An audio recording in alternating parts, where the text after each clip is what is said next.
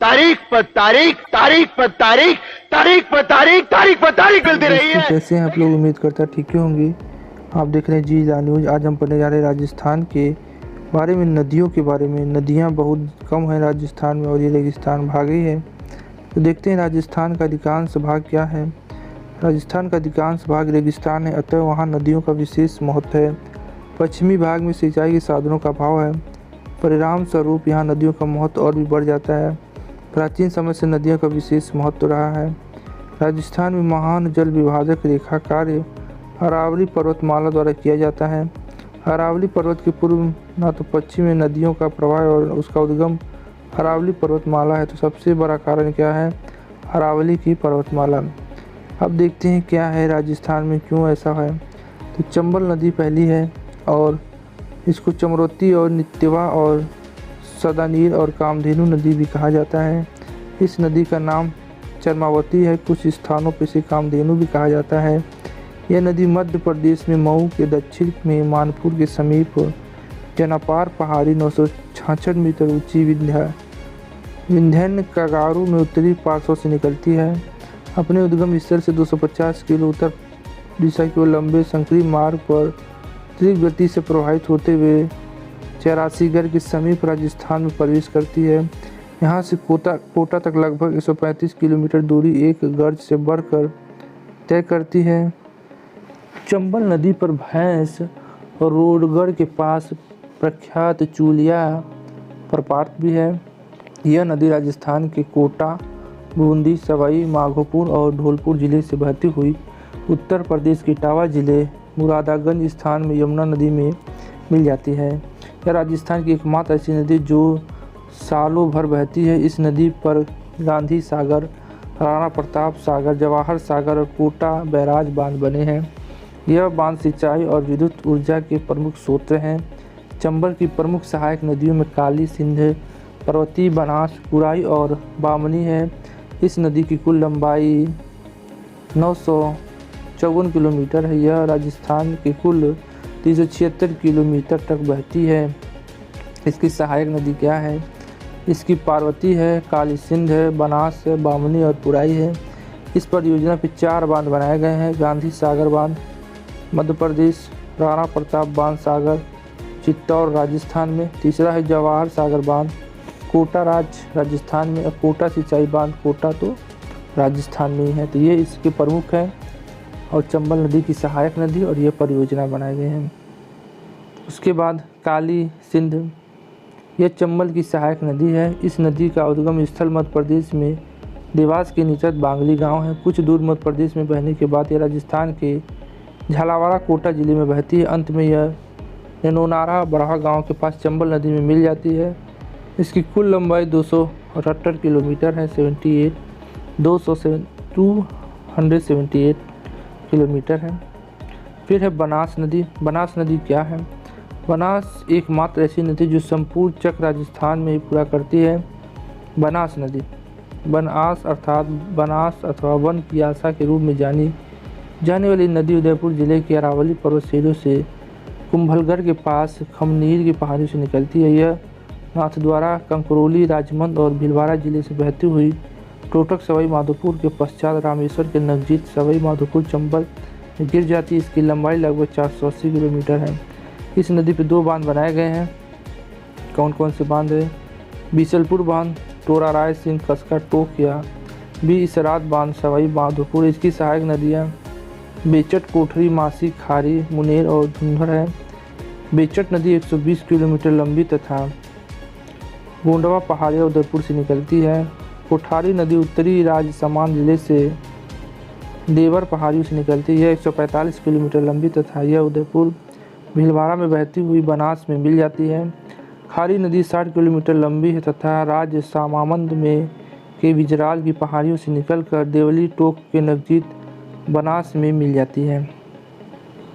तो ये एक बनास नदी 120 किलोमीटर है। हमारी अगली नदी है बाणगंगा। इस नदी का उद्गम स्थल जयपुर की बैराठ की पहाड़ियों से है।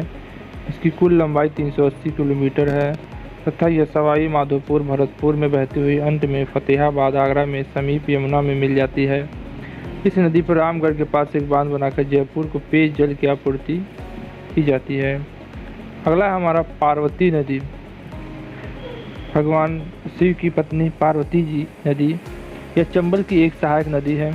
इसका उद्गम स्थल मध्य प्रदेश के विंध्य श्रेणी के पर्वतों से है। यह उत्तरी ढाल में बहती है। यह नदी करायाहट कोटा स्थान के समीप राजस्थान में प्रवेश करती है और बूंदी जिले में बहती हुई चंबल में गिर जाती है। उसके बाद हमारी है गंभीरी नदी। गंभीरी नदी के बारे में पढ़ते हैं। 110 किलोमीटर लंबी यह नदी सवाई माधोपुर की पहाड़ियों से निकलकर करौली से बहती हुई भरतपुर से आगरा जिले में यमुना में गिर जाती है। गंभीरी नदी 110 किलोमीटर है और कहाँ से निकलती है? माधोपुर की पहाड़ियों से निकलती, करौली से बहती हुई भरतपुर में आगरा जिले में यमुना में मिल जाती है। यमुना की सहायक नदी है। उसके बाद लूनी नदी, बहुत ज़्यादा नाम है। लूनी नदी, यह नदी अजमेर के नाग पहाड़ियों से निकलकर नागौर की ओर बहती है। यह जोधपुर, बाड़मेर और जालोर में बहती हुई यह गुजरात में प्रवेश करती है। अंत में कच्छ की खाड़ी में गिर जाती है। लूनी नदी की कुल लंबाई 320 किलोमीटर है। यह पूर्णतः मौसमी नदी है और बलुटरा तथा इसका जल मीठा रहता है, लेकिन आगे जाकर यह खारा भी हो जाता है। इस नदी में अरावली श्रृंखला के पश्चिमी ढाल से कई छोटी छोटी जलधाराएं जैसे लालड़ी, गुड़िया, बारी, सकरी, शुक्री, जुबाई, जोजरी तथा सागाई निकलकर लूनी नदी में मिल जाती है। इस नदी पर बिलाड़ा के निकट बांध सिंचाई के लिए महत्वपूर्ण स्थान रखता है। उसके बाद हमारी आती है मादी नदी। यह दक्षिणी राजस्थान मुख्यतः बांसवाड़ा और डूंगरपुर जिले की मुख्य नदी है। यह मध्य प्रदेश की धारा जिले के विंध्याचल पर्वत के अममाऊ स्थान से निकलती है। उद्गम से उत्तर की ओर बहने के पश्चात काछू गांव बांसगाड़ा के निकट दक्षिणी राजस्थान में प्रवेश करती है। बांसवाड़ा और डूंगरपुर में बहती हुई नदी गुजरात में प्रवेश करती है। कुल 576 किलोमीटर बहने के पश्चात यह खंबात की खाड़ी में गिर जाती है। इसकी सहायक नदियां सोम, जाखम, अनास, चाप और मोरन हैं। इस प्रमुख सहायक नदियां सोम, जाखम, अनास, चाप और मोरन हैं।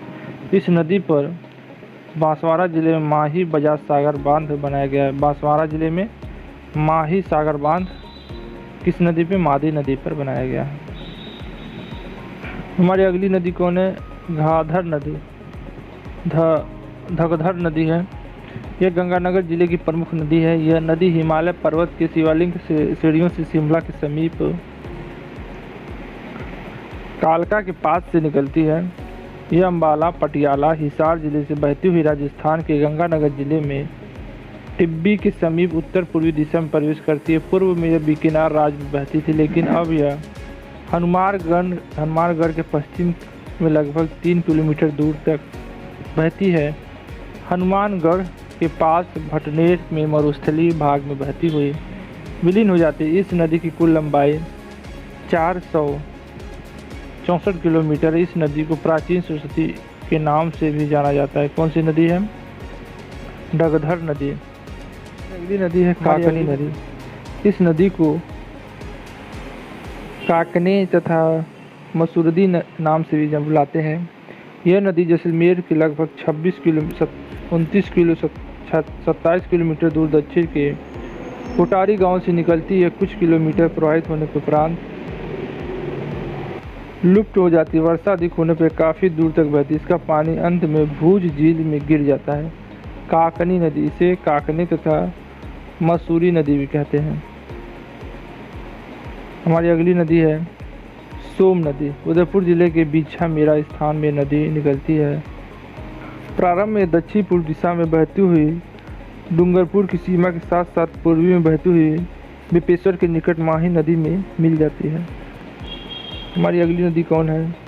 जोखम नदी। जोखिम नदी, यह नदी सादड़ी के निकट से निकलती है और प्रतापगढ़ जिले में बहती हुई उदयपुर के धारियाबाद तहसील में प्रवेश करती है और सोम नदी में मिल जाती है। साबरमती के संत तूने कर दिया कमाल।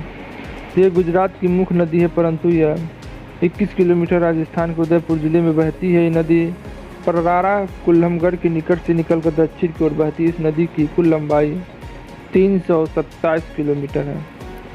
उसके बाद काटला नदी।